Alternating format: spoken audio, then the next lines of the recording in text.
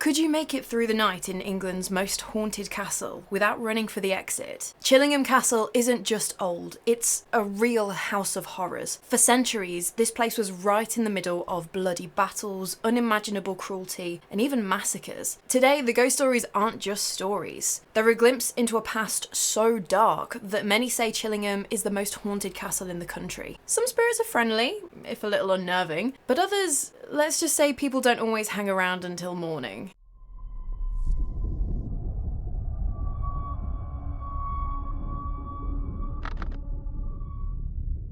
Okay, so with stories of anywhere between 50 to 100 separate entities haunting the place, what on earth made Chillingham Castle seemingly infested with ghosts? And I mean, you only need to look at the history of the place to start getting an inkling as to why. So back in the 1100s, it was said that there was a monastery on the site. Some sources claim that it was there way back in the 900s too, but we don't truly know. Either way, it ended up in the hands of the Grey family in 1246. Whether the crown granted it to them or they took it for themselves. Again, no official record that we know of. Which is just the story of anything to do with medieval drama though, like, let's be honest. But the Grey family would make Chillingham their home for the next 800 years, starting off with enjoying a lovely manor house. But the thing was, where the castle sits, way up in Northumberland, about 30 minutes-ish from the Scottish border, that was a super strategic point, at a super turbulent time in the country where the English and the Scottish were at war with each other. In 1296, the Greys would soon find out when a Scottish raid completely destroyed the original manor house. At that point, a new house was built, a much more fortified structure this time. It's thought that this original structure became one of the towers that still stands today. It had walls 12 feet thick in some places, and it was all surrounded by a moat, like a proper job. Things weren't slowing down with the war for Scottish independence though, and so Chillingham became the ultimate medieval stronghold. English armies that were marching north into Scotland could use it as a staging post, somewhere to stop off and make sure that they were ready for battle. But then also, because of its importance, it had a big old target on its back, being repeatedly attacked and besieged by Scottish forces and raiding parties heading down south. In 1297, William Wallace himself, Guardian of Scotland, military leader, and portrayed by Mel Gibson in that oh so historically accurate Braveheart, it's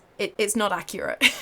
He led a brutal raid down in the area, and so in retaliation, English forces stationed at Chillingham just went full-on revenge. Anyone they suspected of helping the Scots was dragged behind those walls, and during that time, that irony, metallic smell of blood, the sound of desperate screams, they would have been constant, day and night, around the clock at the castle. Guilt or innocence didn't really matter. Scottish prisoners were locked away, interrogated, and subjected to unimaginable pain and suffering. Most who entered never walked back out. Because at this time in its bloody history, Chillingham Castle wasn't just the fortress used to demonstrate the English strength. It was a killing machine, with thousands suffering and dying. To the point where if you set foot in Chillingham as a Scot during those years, odds were you weren't going to make it out alive. You just can't even imagine what it would have been like, can you? If you're captured by the English and you find yourself in the torture chamber of Chillingham Castle, knowing that the only thing waiting for you was just misery before death finally took you. That is just barbaric to think about. And so with all of that trauma, you already know that that is going to leave behind more than just energy. But a few of the ghosts still roaming the halls aren't just the victims of this brutality. At least one of them was said to be the guy holding the keys, running the torture chamber himself. But that's getting a little bit ahead of ourselves for now. The year after William Wallace's raid, so in 1298, King Edward I,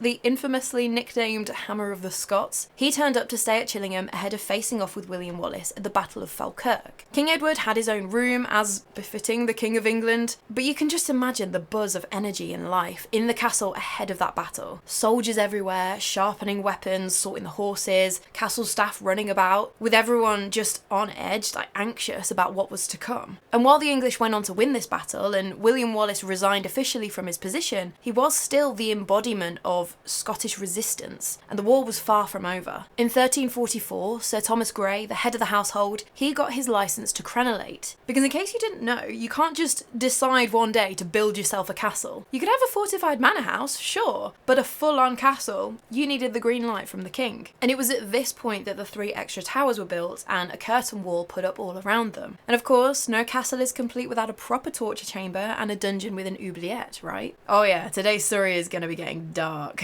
These facilities were in regular use in the castle because the need for information about the enemy was never ending. The English wanted to know what the Scots' next move was, where they were camped, how many men did they have, like what sort of firepower, all of this sort of thing. The Greys of Chillingham were right there during the Battle of Flodden Field, where English forces absolutely crushed the Scottish army, being led by King James VI. And he was fighting on the Scottish side. This was before he became the English king as well. But that violence did come home too to Chillingham during the Pilgrimage of Grace, a full-blown Catholic rebellion against Henry VIII in 1536, where the castle came under siege by Sir Thomas Percy of Alnwick. But by the 17th century, Chillingham's days of constant warfare and just generally being a place where you wouldn't want to find yourself imprisoned, that was all starting to kind of come to an end. England and Scotland joined forces in 1603, when King James VI of Scotland also became King James I of England. And after that, the castle just wasn't needed as a fortress anymore. Instead, it stepped more into its role as a stately home, hosting King James on his way down to claim the English crown. Even into the English Civil War, King Charles I stopped off here, although clearly we all know how that went.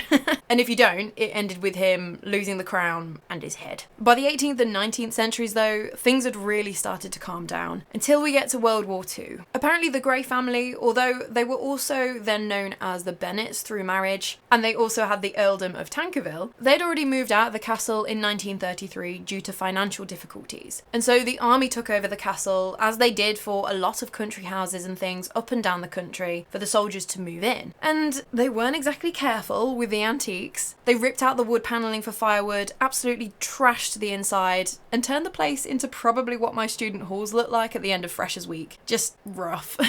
Although, I went to an agricultural university, so I wonder whether they would also pluck the pheasants that they'd shot, and then leave the bits that they didn't want in the communal bins over the weekend. Yeah, that is a thing that happened in my block. But then, after the Second World War, the place was just neglected. It was still owned by the family, but they never wanted to move back in after the war, and so the condition of the place just got worse and worse. Thieves stripped the lead off the roof, so then water got in and caused the floors and the ceilings to collapse. Like, it was just a mess. By 1948, the castle was completely abandoned and basically just crumbling. When the 9th Earl of Tankerville, Charles Augustus Grey Bennet, died in 1980, his son inherited the title, but soon after, the estate was broken up and sold on. But the castle itself, it was still standing, barely. Apparently not even the National Trust or English Heritage, like the two big hitters over here that look after historical sites, neither of those guys wanted it. It was just going to cost too much to get the place right again. And so that seemed to be it for the castle, until a couple of years after that, along came Sir Humphrey Wakefield. He fell in love with the place, but his wife, Lady Wakefield, she was actually a descendant of the Grey family, seeming that things were coming back full circle and the castle was then back in the family. In 1982, he was literally handed the keys to the castle and began a huge project of painstakingly restoring the building to its former glory. And he's done a proper job, like putting the ceilings back up to where they're supposed to be, you know, quite important, refurnishing the rooms, like all of that. And nowadays, the castle is open to the public. You can take a walk around and see what it would have looked like in years gone by. You can walk around the manicured gardens, see where King Edward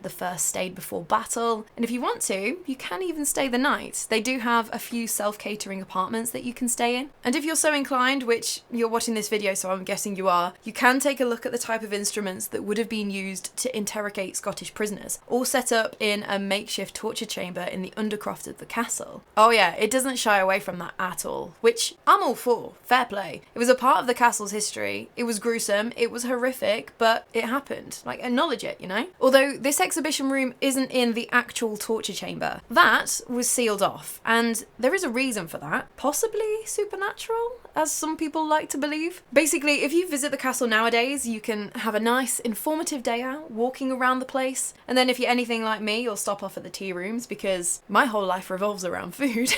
But if you didn't know, you might completely breeze past the fact that there are multiple fireplaces in this room. Not unusual. Big rooms like that, they would have multiple fireplaces, especially as that room in particular used to be the kitchens way back in the day. So it's whatever, right? But actually, there's one fireplace that has its own overmantel, a stone carving that depicts a scene from the Old Testament, Susanna and the Elders. And bear with me, I'm not just going off on a random on tangent here. The gist of this story being depicted is about uncovering the truth despite what's in front of you. A gross oversimplification being don't trust initial appearances because they aren't quite what they seem. There's a bit more to it than that, but for the purposes of this video, that's it. And the reason I'm telling you this is because it's kind of like an Easter egg, if you know what you're looking for. Because this fireplace in particular was built around the Victorian times and is actually blocking off the only entrance and exit to the original torture chamber that sits hidden away underneath the tea rooms. Yep, you're sipping on your refreshments while underneath your feet is the room where unspeakable horrors happened to Scottish prisoners. When Sir Humphrey took on the castle in the 80s and got to looking around, seeing what he could open up for the public to enjoy, he went through the little doorway that exists in the back of the fireplace and actually went down into the torture chamber to have a look around. The next bit is a little bit of a legend really, and depends on how you want to take it. But apparently when Sir Humphrey came back up into the tea rooms, he didn't say much, but he did say that we need to, quote, leave this place alone. So wildly up to interpretation, that statement. Does it mean that it's structurally unsafe, not going to be able to handle the traffic in and out of there through that one little doorway? Does it mean that it's the site of atrocities, like people mutilated and murdered, and so it should just be left alone in peace? Or, and this is something that got talked about a lot online, did something happen to him down there? Did he have some sort of paranormal experience that made him feel like it just wouldn't be safe to open up to the public? Some say there was a seance held down there, but it, quote, went wrong. But who knows? Sir Humphrey himself, he 100% believes in the paranormal though. He knows for a fact that Chillingham Castle is haunted, although he has the mindset of, he knows they're there, they know he's there,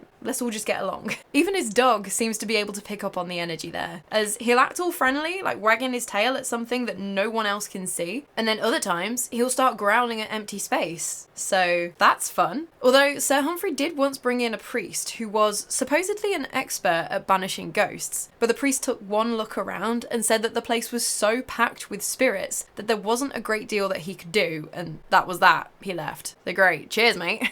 The reason that Sir Humphrey had called him in the first place though was because while he was on a business trip to America, he met with a soothsayer who told him that his heart was back in a haunted house at home, which, yes, he was living in Chillingham Castle at the time. I'd say that's a pretty haunted house to live in. But also she told him that it's not a good place for his youngest son Jack, which for context he took to mean that Jack was his son from his third marriage, the Grey family line, his current wife. And so maybe the ghosts haunting the place recognised that as another Grey family member coming back here after all they did to the Scottish prisoners centuries ago. Just something to think about. But if you want to see if you can experience the paranormal goings on for yourself, you can book onto one of the regular ghost tours they run, or even join a proper ghost hunt. It's extremely popular with paranormal investigators and people interested in the paranormal, because a lot of people do call it the most haunted castle in Britain. It's not hard to see how people come to that conclusion though, based on its super dark history and the fact that human remains are still being found on the grounds. They've been found everywhere too, in the walls, under the floors, even on the drive up to the castle. Some historians say that around 7,500 prisoners were killed at the castle, and that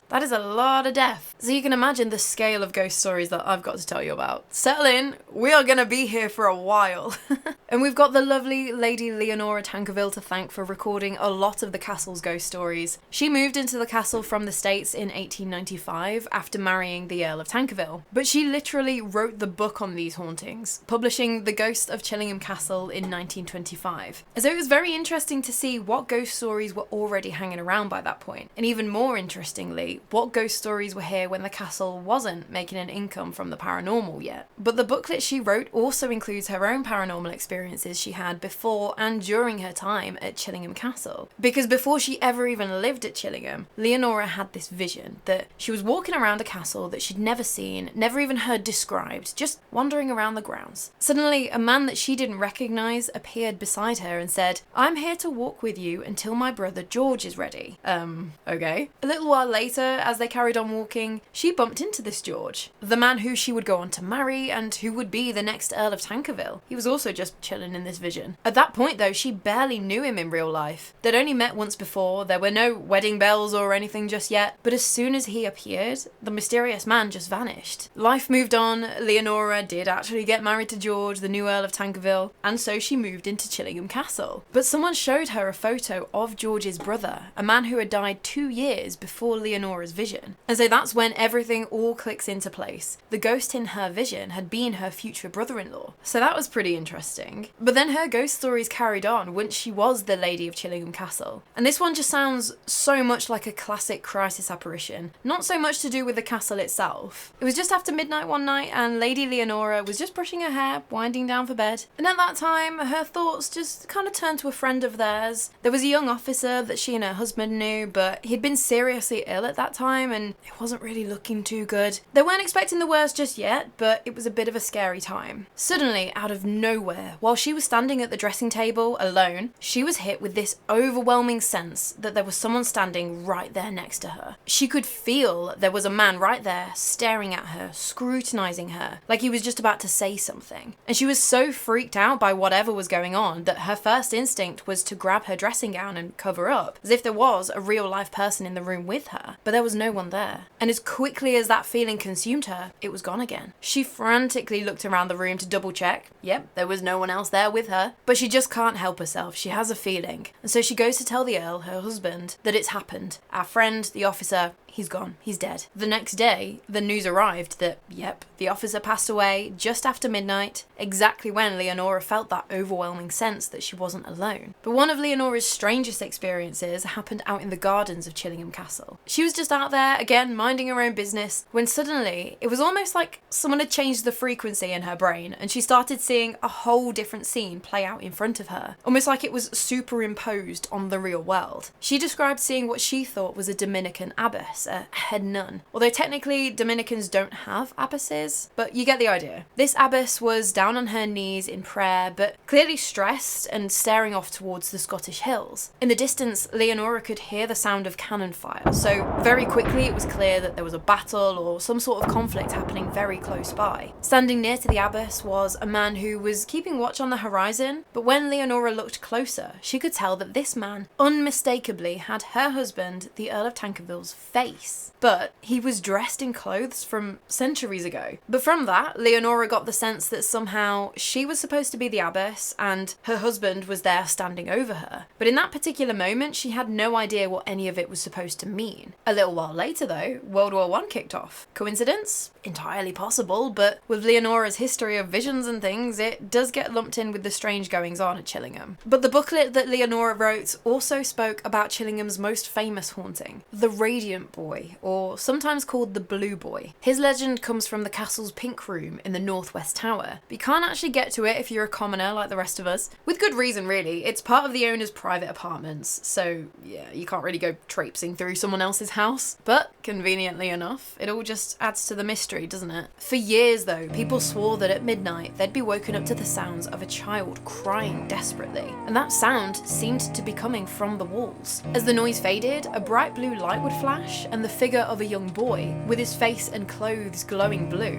would step out into the room towards the terrified witnesses. Apparently, during the 1920s though, workmen were in the pink room and they broke through the wall into a hidden chamber. Like something straight out of a gothic novel, they found the skeleton of a young kid, wrapped in scraps of blue cloth, and he'd been sealed up inside the wall, alive. And the reason that they knew that was apparently the bones of the young boy's fingertips all had marks on, where he'd worn down his fingers to the bone, scratching to get out. The legend goes on to say that the boy was carrying secret documents relating to the Spanish Armada, leading some people to believe that he was a spy. Or maybe he was just in the wrong place at the wrong time and he was walled up inside Chillingham Castle to do away with that particular problem. Either way, his remains were taken out of the wall and given a proper burial in the local churchyard, and for a while, the crying stopped. But the story isn't over there, because time went on and once Sir Humphrey took on the castle and started using the pink room as a guest room, the haunting supposedly started up again. Sir Humphrey's guests started claiming to see flashes of blue light bursting from the wall in the middle of the night. They just used a bit of rational thinking though and just assumed like, oh, the castle's old, needs a bit of TLC, might just be an electrical fault, right? Other times they would hear scratching coming from that wall. Again, old castle, must just be animals in the walls or whatever. Apparently not a chance. Sir Humphrey's always maintained that the wall that the blue flashes were seen from is 10 feet thick. There's no wiring behind it, there can't be, and there certainly can't be any animals back there either. In a little bit of a tongue-in-cheek way, Sir Humphrey does sometimes say that they must have left a toe bone in the wall where they found the skeleton, and that's why his hauntings seem to be continuing. No one really knows who the Blue Boy was supposed to be, and we have no historical record or anything. Don't even think we've got the alleged documents that he was found with. But even so, he is one of the most famous ghost stories at the castle, and I mean, you can see why. Like, what a heartbreaking story. But there's another famous ghost said to be haunting the castle. Get your paranormal bingo cards out, because this one is the Grey Lady. But with this particular Grey Lady, we do actually have a bit of a backstory. We don't always get those. It is said that the Grey Lady is a woman called Lady Mary Berkeley, who married into the Grey family in the late 1600s, and so, because of that, came to live at Chillingham Castle. Something she may live to regret, perhaps. Her husband, Ford Grey, doesn't seem to have been a very nice man. Lots of treachery, cowardice, and political plotting to save himself. Like, all of those lovely red flags. But shady moves to further your own career, that's one thing. Ford, he was infamous for something else. After he'd married Mary and they'd had 2 daughters together, he actually ran off with Mary's own little sister, Henrietta, who was probably still a young teenager at the time. And it was Mary's mum that found out about this affair in 1682. She was getting a bit suspicious as to why Henrietta was acting so friendly towards her brother-in-law. But Ford Grey was actually arrested for the affair after Mary and Henrietta's dad, the Earl of Berkeley, sued him for conspiring to debauch his daughter. If your family holds a title of Earl, your daughters are an excellent bargaining chip then for you to strategically plan their marriages so that you can improve your own social standing. And so if word got out that one of your daughters was sullied in some way, that's not going to reflect very well on the potential marriages that you can arrange for her. After it all came out, Henrietta was sent far away to another family house, but she slipped out one night and Ford Grey was eventually released from prison after being found guilty, but they didn't decide to punish him. And the pair actually fled the country under the guise that Henrietta had actually married one of Ford's servants, but really that was all just a bit of a cover-up. But throughout all of this, the story goes that Lady Mary Berkeley was left behind at Chillingham, waiting for her husband to return to her, forever hoping that one day they could be the happy family again, until she died in 1719. One thing that the stories often leave out about Mary Berkeley though, was that she actually did remarry after Ford Grey died in 1701. She got married to a guy called Richard Ruth of Epsom. But I mean, during a time like that, it probably would have been that she would have had to remarry, either under her father's orders or in order to have some financial stability for her and her daughters, most likely. But after her death in 1719, the legend goes that Mary returned to Chillingham Castle and now continues to walk the halls waiting for that treacherous Ford Grey to return. Over the years, a lot of people have claimed to hear the rustle of a silk dress or be hit with the overpowering smell of roses, which is thought to be her. But there was one really interesting story that Lady Leonora Tankerville wrote about, all to do with the nursery. Conveniently enough, the room that had a portrait of Lady Mary Berkeley hanging in it. She said that they'd had some, quote, disturbances in there in the past anyway, but then when their friends had come to stay over, and obviously the children and their nanny would have been in the nursery, the kids and the nanny insisted that they had seen Lady Mary herself step straight out of her portrait and then follow them around. What? I don't think I would be okay with that. Seeing a ghost walk past you, unnerving, but I mean, pretty cool experience. But then for the ghost to be following you around, not even my voice can handle it. That's just something else entirely. I can just imagine her there though, creeping behind the group, just staring at them from the shadows. No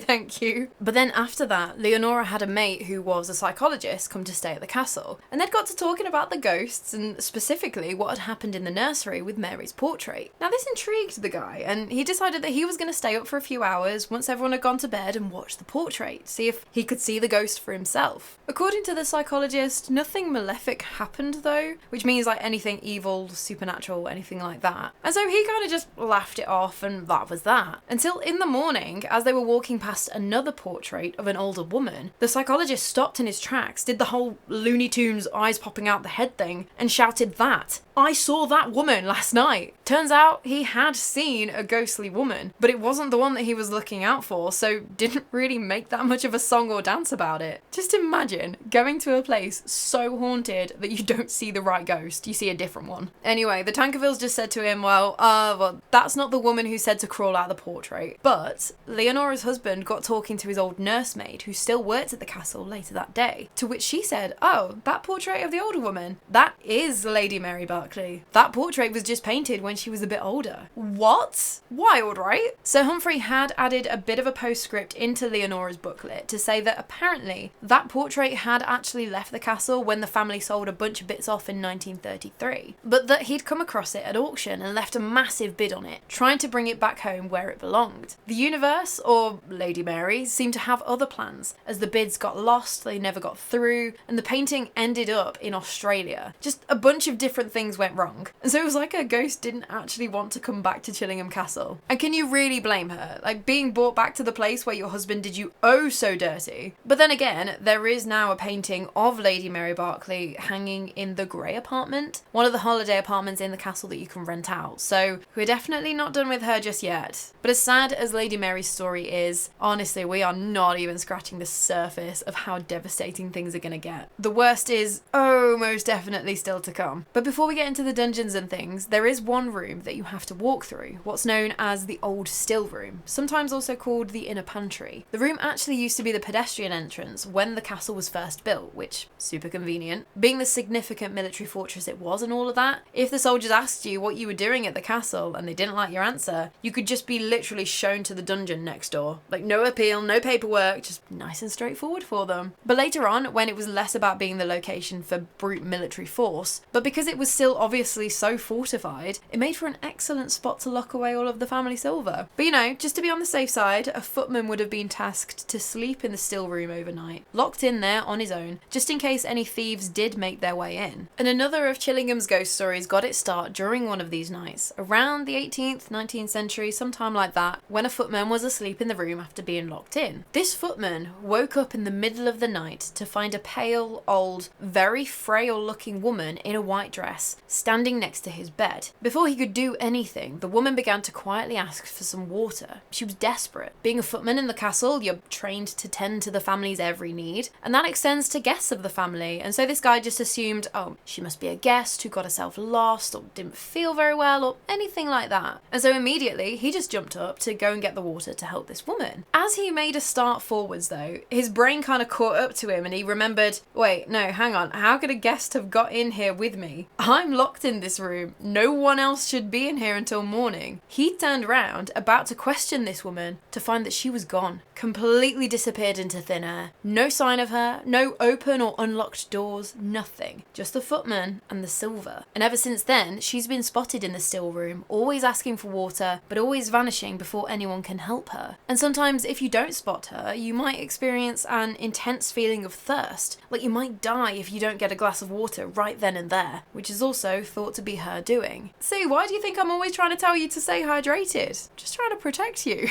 As for who she is, some reckon that she was poisoned while she was staying at the castle, and that attempts to explain the thirst. Others think that she was a victim of the plague, but no one really knows for sure. But the Lady in White, as she's now known as, there's another one for your bingo card, she isn't the only entity said to be haunting the still room. There have been reports of a shadowy woman standing by the fireplace, and then occasionally people swear that they've walked in to find a whole group of people sitting around the table, eating soup. But before you can even start wondering if you've intruded on someone's lunch break or something, you blink and suddenly it's just you standing in a very empty room again. But there is one more story I need to tell you about from the still room, and this one is less ghosty, more just straight up folklore, but you know me, I can't resist a good curse story. And it's all to do with a woman known only as the Spanish Witch. We have no proper names, no dates, no real records, only that at some point, possibly in the 1600s, a woman was accused of witchcraft and locked up in the depths of Chillingham. She was apparently executed on the castle grounds, and with her dying breath, she cursed the place. Anyone who took anything from the castle, doomed to suffer until they brought it back. Which, just to my mind, for a second, if you'll indulge me, I can't really understand why she would utter a curse like that. The castle was the place where she was imprisoned and executed. Why would she care if things were stole from it? I don't know. But anyway, over the years, people who have visited the castle ended up with unofficial souvenirs and things would go missing, until those same items would come crawling back through the post, along with letters of apology to the Spanish Witch, detailing what had happened after they took something that wasn't theirs. The best one, I've got to tell you about this, I cannot get my breath at it. A crystal doorknob. Someone had stolen a literal doorknob. I can only imagine they unscrewed the thing and took it home. But the best part of that, in their letter of apology, when they sent it back, they said they took the damn thing by mistake. Oh no, the doorknob tripped and fell into my bag. Bro, but on their way home, I shouldn't be laughing because this is not very nice, but On their way home, they got into a car accident and broke their leg, and so they thought it best to give it back, even though it was a mistake, right? Sorry, I'm being too cynical. Literally, like, you stole a doorknob from the castle. You went there, you unscrewed a doorknob from a door, and you stole it, and you said it was by mistake. In one of the letters on display, someone described what they did as trophy hunting rather than theft. Not entirely sure that one's gonna hold up in court. Oh yes, Your Honor, I was trophy hunting for PS5s. They're like Pokemons, you gotta catch them all. Anyway, the castle owners don't exactly discourage the talk of the curse, and in the still room there's this whole display of returns along with letters of apology, all being watched over by the portrait of a woman said to be the Spanish witch herself. And so with most curses, I am always inclined to lean on the side of bad things happen all the time. Is it just confirmation bias? You take something from the castle, something bad happens to you, but because you took something from the castle, you attribute it to the curse? Well, Shane from Watcher's Ghost Files decided to try it out. He's a big skeptic and he likes to try these things out, as though he took a pebble from the castle. He did kind of have permission, but more in a, sure, if you want to give it a try and see what happens. And then he said afterwards, I think it's called like their debrief or something like that, he didn't feel cursed or anything, but then he dropped the absolute bombshell that his cat, Obi, had been diagnosed with cancer. Which genuinely, that is just heartbreaking. As of around the start of June 2025 though, Obi was still doing good, but yeah, poor little guy. So whether you believe in the curse or not, you are free to take things at your own risk. But now, we are heading into the dungeons. Naturally, one of the darkest spots in Chillingham where a lot of prisoners died. Apparently there was a story from back in the 1800s when workers cracked open a sealed off part of the dungeons to find the remains of a man still sitting in the chair that he died in. But the second the seal was broken and fresh air hit, he just crumbled into dust. And if you go into the dungeons and you look closely at the walls now, you can see that they are scarred with old initials and little tally marks as prisoners counted the days that they've been trapped inside and things. And you might also spot the initials FC scratched into a part of the stone. And it said that these are the initials of a man called Fabian, who may now haunt the area. It said that he was a Polish stable hand who got blamed for letting the royal horses escape one day. But because English wasn't his native language, he wasn't able to defend himself and declare his innocence. He knew he didn't do it, but he just couldn't tell the people that were accusing him. He was thrown into the dungeon along with another guy called Martin, who was supposedly the real culprit. But now people swear that they can hear two men arguing in the darkness inside the dungeon when there's not a living soul about. But it's not just prisoners hanging around here. There was one story of a tour group who were directed into the dungeons with the tour guide following behind them. All of a sudden, all the tour guide could hear from inside was screaming, people shouting out. Apparently, according to the group, what had happened was a ghostly dog had been seen darting in from behind the tour guide, and the whole group had seen it, other than the guide himself. But I mean, back in the day, dogs would have been around this area. They would have been let loose to clean up the blood and other nastiness once the prisoners had been killed. So yeah, that's a detail you can't unknow. But considering how relatively small the dungeons are, it's not a huge space. There has been a lot of activity witnessed in this area. Lanterns get blown out, stones are thrown by unseen hands, and the air will turn icy cold out of nowhere, not a draft or anything like that. Some prisoners have even left the dungeons with scratches or bite marks on their skin. No idea where they came from. They do say that the ghost of a soldier was imprisoned, tortured, and left to rot here. Don't think the ghost was, his body was, and then he became a ghost. But it's said that he is to blame for the attacks, as, funnily enough, he's not big on visitors in his space. The dungeon does also feature an oubliette, possibly one of the worst ways that I can think of to go. I say that now, we haven't even got to the torture chamber to be fair. But in case you didn't know, the name oubliette comes from the French word oublier, meaning forgotten, because prisoners would be thrown down this deep, narrow hole and literally just forgotten about. You'd most likely break your arms and legs on the way down, and if you were really lucky, you'd break your neck and be done with it, but if not, you were in for an agonisingly slow death. Apparently when they first uncovered the oubliette back in the Victorian times, they spotted the bones of two skeletons still down there. Nowadays there's plastic bones placed there for effect, but some guests claim that if you look long enough into that pit, you might catch a glimpse of a pale young girl staring right back up at you. That one gave me goosebumps to think about. Imagine staring down into into the oubliette, knowing what it was used for, and you see someone staring back up at you. Nuh-uh. Nope. But even that does not come close to this next guy, because if Chillingham Castle has a true villain, it's John Sage. Sometimes better known by the nicknames Dragfoot, or, if you're feeling dramatic, the Butcher of the Scots, but that's with good reason. According to the story, he was a soldier in King Edward I's army and relished in battle against the Scots. Absolutely loved it, but he was injured when he took a spear to the leg, which doesn't roll off the tongue quite as well as taking an arrow to the knee. Anyway, because of his injury, he couldn't fight anymore, but he wasn't done. He wanted to do what he could against Scotland, and so the next best career move for him was castle torturer. He was said to have run the dungeons for 3 years, and if even half the legends are true, his cruelty towards the Scottish prisoners bordered on performance art. He supposedly orchestrated some of the worst suffering Chillingham ever saw, torturing and killing thousands of people during his reign of terror. So much so that the floor in the torture chamber, the real one under the tea rooms, was said to be sloped to let the blood drain away. He had instruments at his disposal like the rack, which would be used to dislocate all of your joints, or the wheel, which would break all of your bones, and the iron chair, designed to make sitting down the worst thing that you can imagine. There is also a so-called Iron Maiden on display in the torture chamber, and while it looks the part, there is actually no evidence that this was ever a real torture device from the medieval period anyway. It first appeared in stories from the 19th century onwards, so that one's doubtful. That's just a bit of general torture knowledge for you, not just related to Chillingham Castle. You're welcome. But that wasn't all that John Sage was said to have used. He apparently got creative too, using a barrel that was lined on the inside with nails. Roll the barrel down the hill with the prisoner inside, and yeah, you can imagine how that went. I told you, not nice today.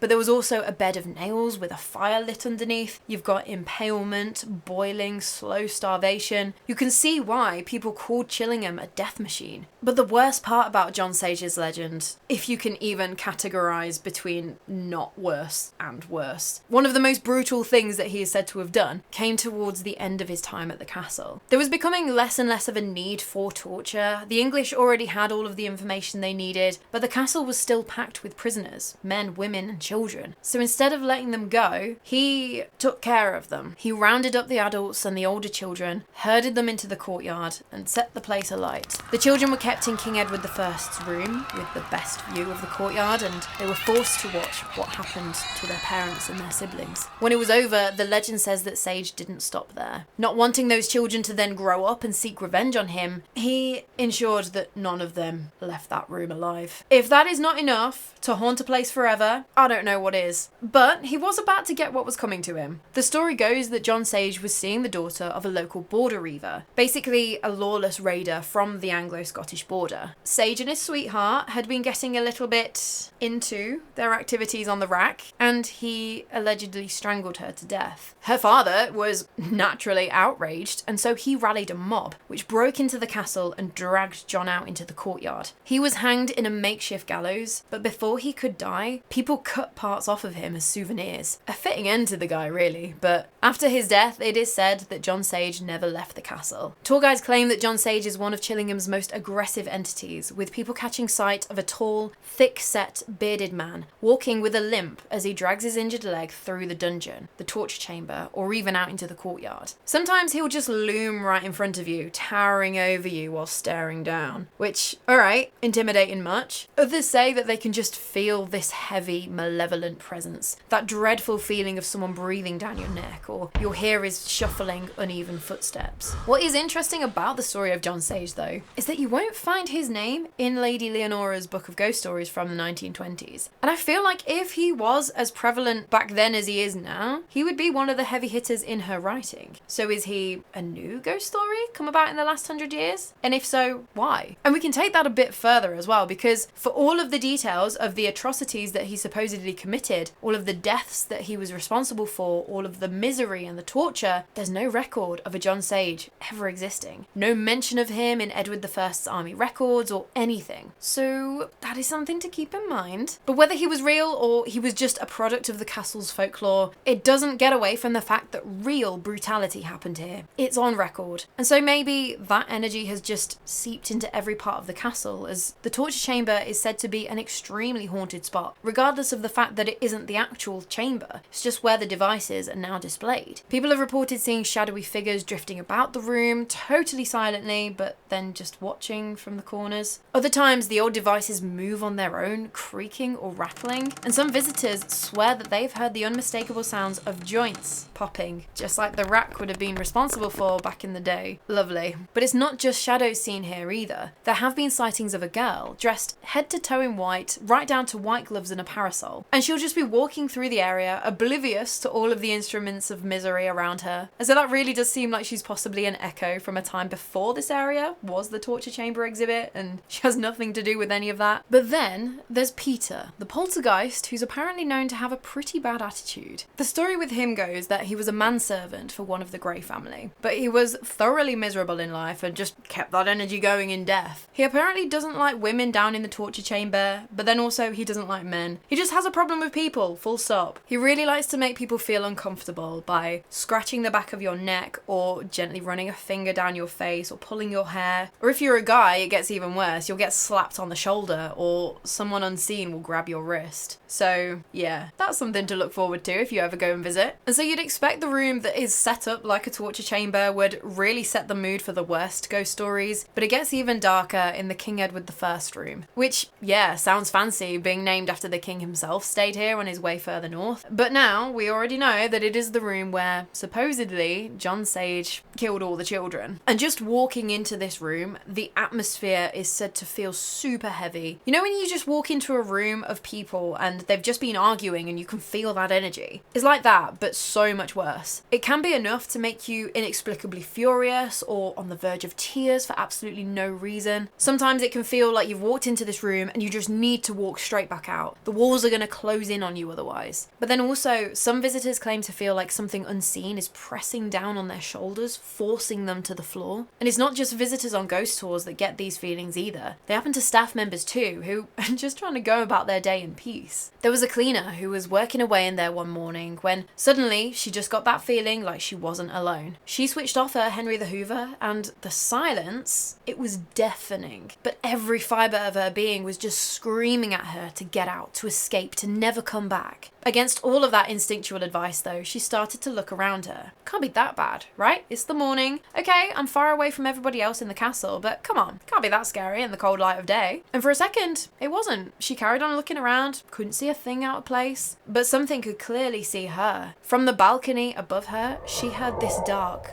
guttural growl that barked 4 or 5 words at her. She didn't understand what it said, but I don't think you need the words to understand the intent behind them. She left everything where it was and ran out of the castle, calling the office later that day to tell them that she would not be returning to her place of employment. Completely fair. But it's not always just a feeling or a very scary voice in here. Objects have been moved, doors will slam shut even when the room's empty, and there was one time a bench actually flipped over, but there was no one near it. An inexplicable mist has also been seen, which was super weird because there aren't any candles, there's no smoke, obviously no one is allowed to light a cigarette inside or anything like that, but yet this mist was just lingering in the air. Sometimes that unmistakable metallic smell of blood is experienced in the King Edward I room, which, I don't know, if the massacre really did happen, that's dark. The shadowy figures of soldiers walking along the balcony have also been seen in here. But if you're in the courtyard of the castle and you look up into the windows of the King Edward I room, you might see child-sized shadows watching you from above. Some naturally come to the conclusion that they must be the children from the Sage story, but others reckon it's just more ghosts added to the pile over the centuries. Either way, if you're thinking of playing hide and seek in here after dark, don't, because you're gonna lose. But moving on, and we have already mentioned the tea room being the place that hides the entrance to the real torture chamber, but it is still a bit of a legend in its own right. This place has seen a lot of use, from being the castle kitchens to then becoming the minstrels hall, where diners would eat, drink and be merry while musicians played from the gallery above them. And now it's the place where you can grab a tea and hope that the ghosts leave you in peace long enough for you to enjoy your slice of cake. Don't count on it though, not if these stories are anything to go by. Plenty of people have spotted shadows flickering about on that gallery before vanishing. And then there's also been a man in an Edwardian shirt and black riding boots spotted,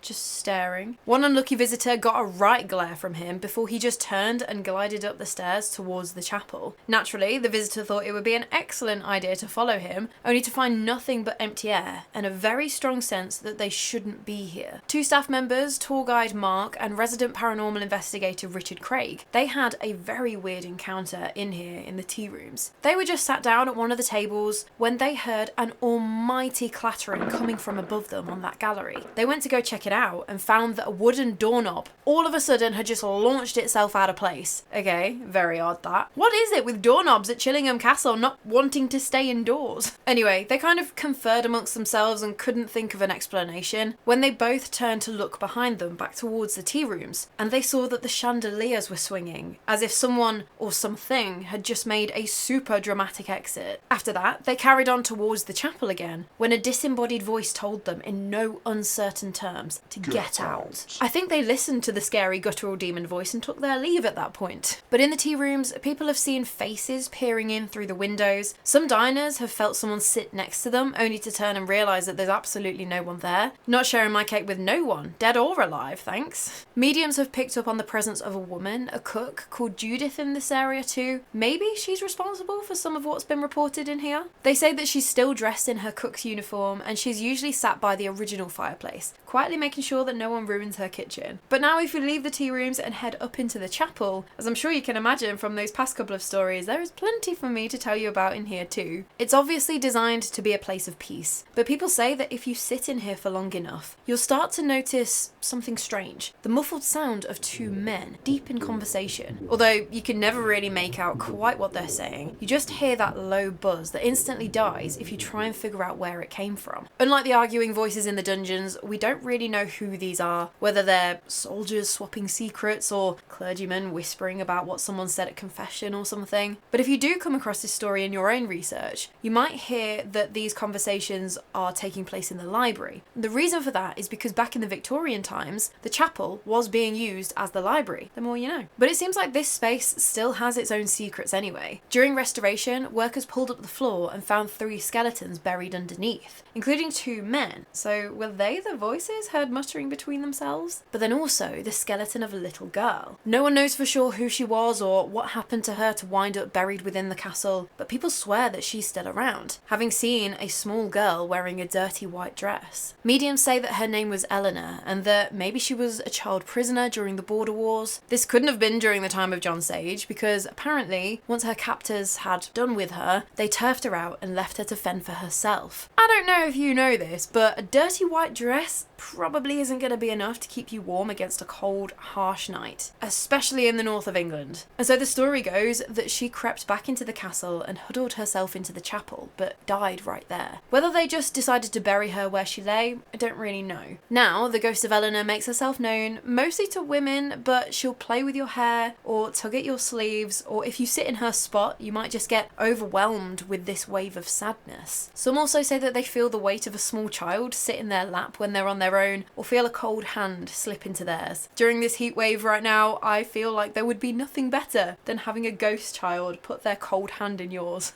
When she manifests though, she's described as being very small with matted hair, and she'll appear and give people a desperate pleading look just before vanishing. And so now, apparently a few visitors have taken to leaving a soft toy on the pew just for her. What I find really interesting about the stories in the chapel though, is that during his interview with Most Haunted in 2002, Sir Humphrey was saying that there weren't any known hauntings in this area of the castle. But then by 2008, and most notably when Richard Felix went and did a little documentary there, the staff running the ghost tours were calling the chapel the most active part of the castle. So, like with everything, make of that what you will. The Great Hall is another show-stopping room in Chillingham Castle, but it's not just the photo ops in here. Although, hello, elephant armour, very cool. More than a few staff members have found themselves having to dodge flying cups and plates while locking up though. No explanation why they're being launched off the table. Very creepily, chairs have been known to slide themselves across the floor while no one's sitting in them. No one is even anywhere near them. You'll just hear the unmistakable sound of the wooden chair scraping on the stone floor. And then the shadowy figure of a man has been seen pacing back and forth along the far wall. A little less unnerving, although would probably still put me on edge, are the claims that a party can be heard in the Great Hall, even when the room is completely empty and should be silent. Everything from glasses clinking together, laughter, just voices, just all those sounds of a party, all echoing from the place. But then you step in and find it deserted, not a soul about. And sometimes it's not all just background noises either. There was one woman sitting alone in the Great Hall one night when she heard another woman walk up behind her, where she then proceeded to complain about how exhausted she was and that she was going to bed. The woman who was sat down turned around to look and see who this person was, but there wasn't anyone there. Either she was really quick to get herself to bed, or maybe that was one of the roster of ghosts here. But if all of this sounds right up your alley and exactly the kind of thing that you want to spend your time doing, you are in luck. Like I said before, Chillingham Castle does have holiday apartments that you can rent out, and if you pair it with an overnight ghost hunt, you're laughing or screaming, depending on how it goes on the investigation.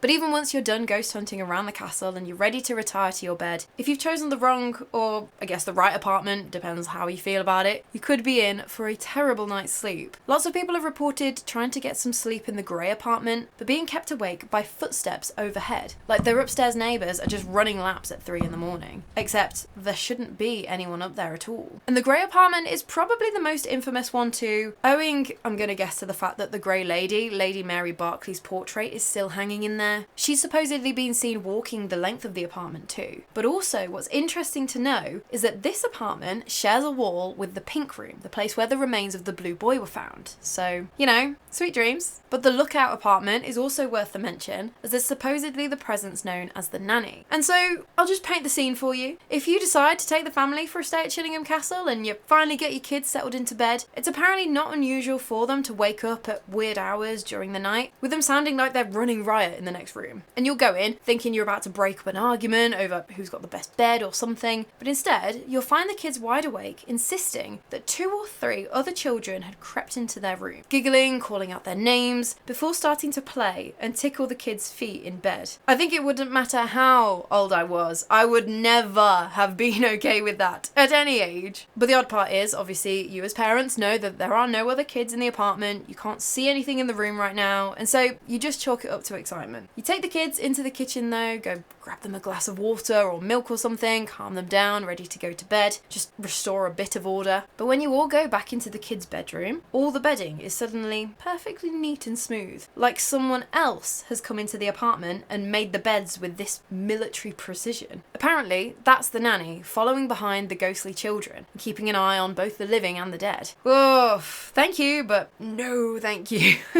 Tiny handprints have also been known to appear out of nowhere on the windows, even when there are no kids around or no kids staying in the apartment with you. The sound of children's laughter and running feet also echo all around the apartments, and no one knows specifically who these kids are or who the nanny is, but they've been spotted on more than one occasion. But now that we've covered a lot of these named ghosties with, in some cases, a bit of a backstory, there are so many more of these entities that we don't really know a huge amount about. Like when you hear the distant sounds of bagpipes, that's thought to be the Phantom Piper wandering the halls of the castle. And then there's a woman called Sixpence Sally, who was the castle's Lady of the Night, and she now apparently likes to follow visitors around. I also came across stories of a little boy called Timothy, who, according to Richard Craig, the castle's paranormal investigator, he's said to be thoroughly evil and makes his presence known on ghost hunts. And Timothy, he's supposedly got company in the form of none other than Aleister Crowley. Yep, that Crowley, the infamous occultist. Apparently, he was invited to the castle in the 1920s by the Earl of Tankerville and may or may not have carried out a ritual in the tea rooms. No proof from what I can see, but that's just how the story goes. But with Timothy, it seems to very much depend on what mood he's in as to what responses you get through the spirit box on an investigation. He starts out as Timothy, apparently not very nice, but okay. Then he devolves into Timmy, getting nastier now, but once he's in full flow, it's Tim, the one that likes to take particular delight in letting loose a torrent of profanities. So yeah, not the spirit to make contact with if you're hoping for a gentle chat with the other side. But then even if you don't encounter a specific entity, there are seemingly plenty more possible paranormal reminders of the castle's dark past. Visitors will sometimes report the inexplicable sounds of battle, of metal clashing on metal, of men shouting and screams of pain, potentially being echoes from when the castle was besieged. But then other times, people will claim to hear disembodied sounds in the courtyard, of horses' hooves, of dogs barking, of droves of people milling about and seemingly preparing for battle, even when that person is totally alone in the enclosed space. But then, if it all gets too much within the castle walls, I'm sorry, but you can't escape from the dark and bloody history of Chillingham by taking a walk in the grounds. There used to be 3 massive yew trees, and they were called the Hanging Trees. I think you can tell where this is going already. 2 of them have fallen down now. They are still alive, but they're just not standing upright anymore. But these trees particularly were said to be where prisoners, particularly obviously Scots, would be left hanging until until they died a slow, painful death. And when I say hanging, I don't mean by the neck. That would have been too quick. Prisoners would have been tied up by their waists, or hung upside down by their feet, or have their hands behind their back and tied up by their wrists, which makes my shoulders ache just thinking about. Once the prisoner had died, their body would just be left there to rot, with the bones falling wherever they fell, and that was that. Just honestly, Chillingham, you need to chill. But now, around these trees, disembodied voices have been heard, and shadows seen darting in and out of the tree line. Some people have claimed to see the silhouette of bodies still hanging from the yew tree left standing, which is just an image and a half. What really gets under people's skin, though, is that unmistakable feeling of eyes on you, as if someone unseen is watching you. But apparently, it's not just the echoes of the condemned that have been seen around the castle grounds. Well, I mean, they became the condemned, but they didn't start out that way, because this area is also home to the apparitions of hooded monks. I'm pretty sure if you haven't already called paranormal bingo by now during this Chillingham episode, there's something wrong with your bingo card.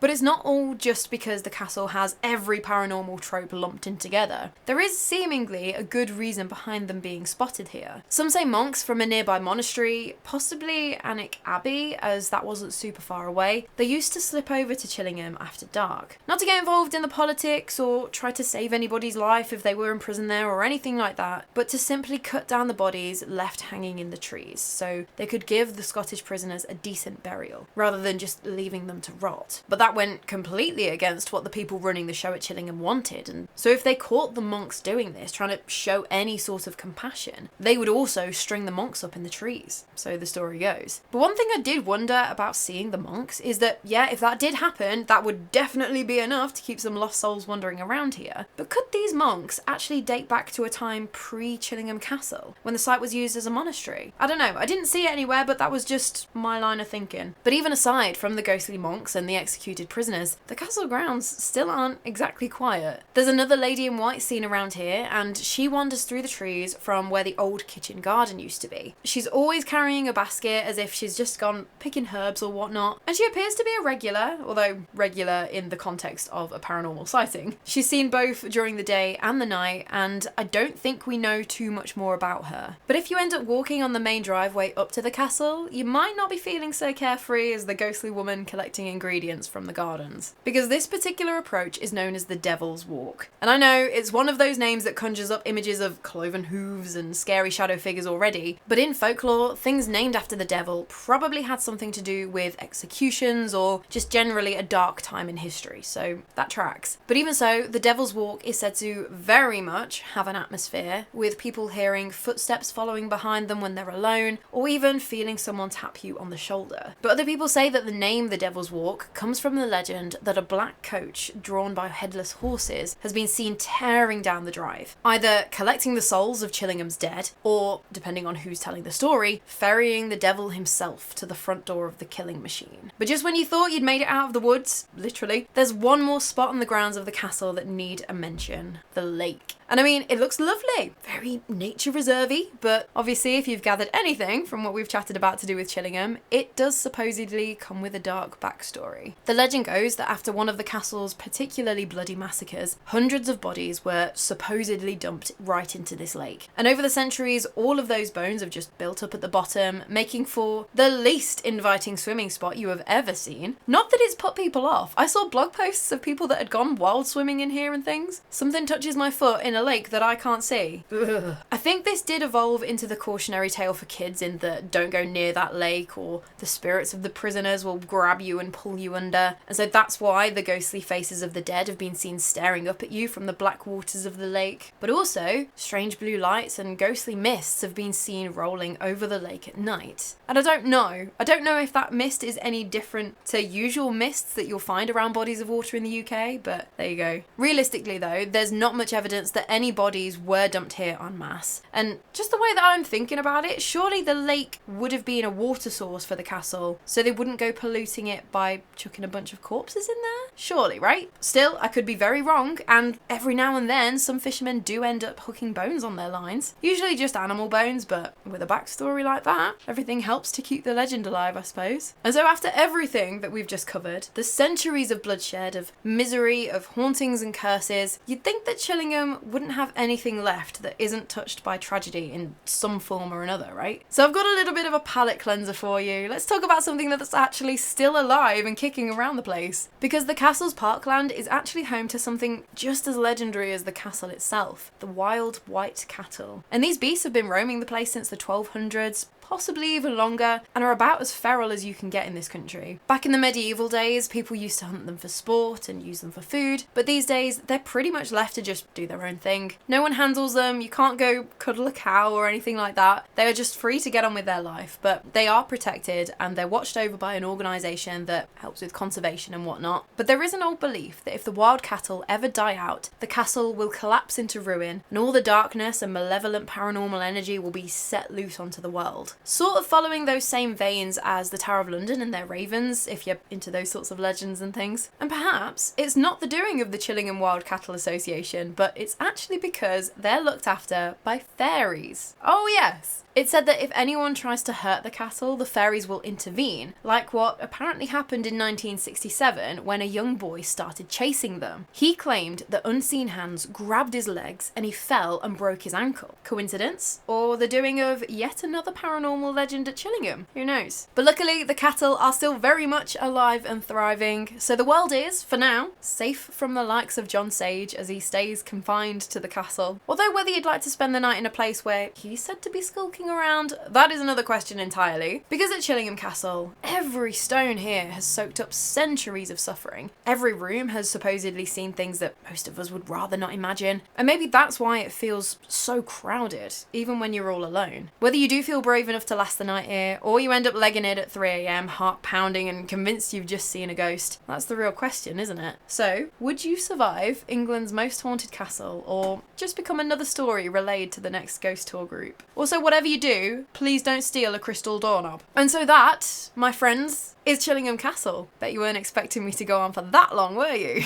Not the brightest idea to do that with a voice at probably about 70% after Download Festival last weekend. But now it is your turn. I want to hear from you. Would you actually stay here, or is it a hard no? Admittedly, if you do want to stay and you fancy yourself in the grey apartment, that's the most popular. I had a cheeky look before recording this, and there are a few dates here and there in the next few months. But if you want to stay over Halloween, for example, forget it. Halloween 2026, already booked for that particular apartment too. So that's just something to bear in mind. I first became obsessed with Chillingham Castle when I watched a vlog from my favourite booktuber, pretty much the only booktuber I watch anymore, Gavin Reads It All, where he stayed alone in the grey apartment. So if you like books and haunted things, go give him a watch. He has spent a night alone reading in 30 East Drive. So I have endless respect for him. I don't think I could ever do that. And if you want even more Chillingham, my wonderful friend Dead Cold Tales has also done some absolutely fantastic videos on the place, so please also do check him out. And so it was only a matter of time really before I covered the place on my channel. I was just building up to it really because I knew it was going to be a massive beast of a story. And it has been. It's definitely been. With all that said though, based on everything that I've read and researched in the last almost 2 weeks, I do think that it is sensible to take at least some of these ghosts with a pinch of salt. Like Eleanor in the Chapel wasn't a story back in 2002 when Most Haunted filmed there. Now she is, and the chapel is a hotspot for paranormal activity. But then also the big one, John Sage. There's no record of a John Sage at Chillingham Castle, so how did we get that name? Where did he come from? How do we know the atrocities and the story behind his death? If he was a torturer from the medieval times, why wasn't his ghost showing up in the 1920s when Lady Leonora wrote her book on the ghosts? So I can't help but wonder if he's just become this personification of all the darkness that has happened here. Maybe all that dark energy, that suffering, that death just needed a face, and so people made one up? Because if he was real, why did we only start hearing his name long after the fact and still can't come across a record of someone so significant in the castle's history? But all of that aside, anyway, it is obviously worth pointing out that there is no getting away from the fact that Chillingham Castle does make a fair bit of money off the whole Most Haunted Castle thing. Ghost hunts, ghost tours,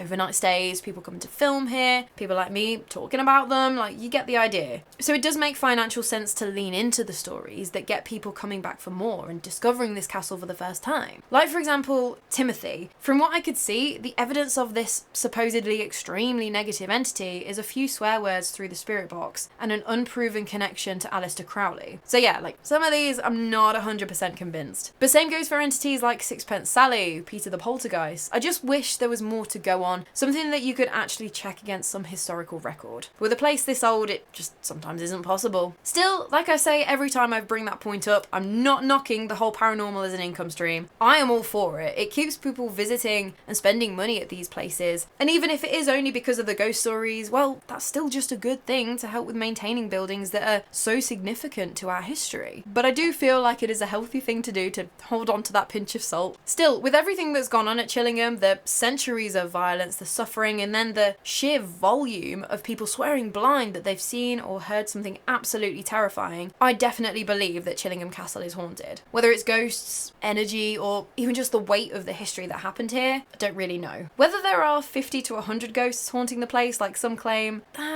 seems like a bit of a reach, but what do I know? So do let me know if you disagree with me, if you agree with me. Have you had your own paranormal experience here too? Please tell me everything. And with all of that said, for all of the ghost stories and the haunted legends, it's easy to forget that at the centre of Chillingham Castle are real people. Even though it was centuries ago, a lot of people suffered and died here. Even if we don't always know exactly what happened or to whom or by whom, we do know that real lives were destroyed behind those walls. However much we love a creepy story with a macabre history, these people deserve to still be remembered. And so leaving you on that note, if you enjoyed the video, please do let me know by giving it a little like. And if you want to support me and you're not already, hitting subscribe would be a very cool thing for you to do. But anyway, that is all from me today. Go get a drink of water. I need you to stay hydrated. Preferably not out of a black lake that may or may not contain bodies either. I cannot wait to chat with you more about the morbid, mysterious and macabre. So until next time, sleep safe. Holy cow, that's over 2 hours. That is over 2 hours of yapping about ghosts.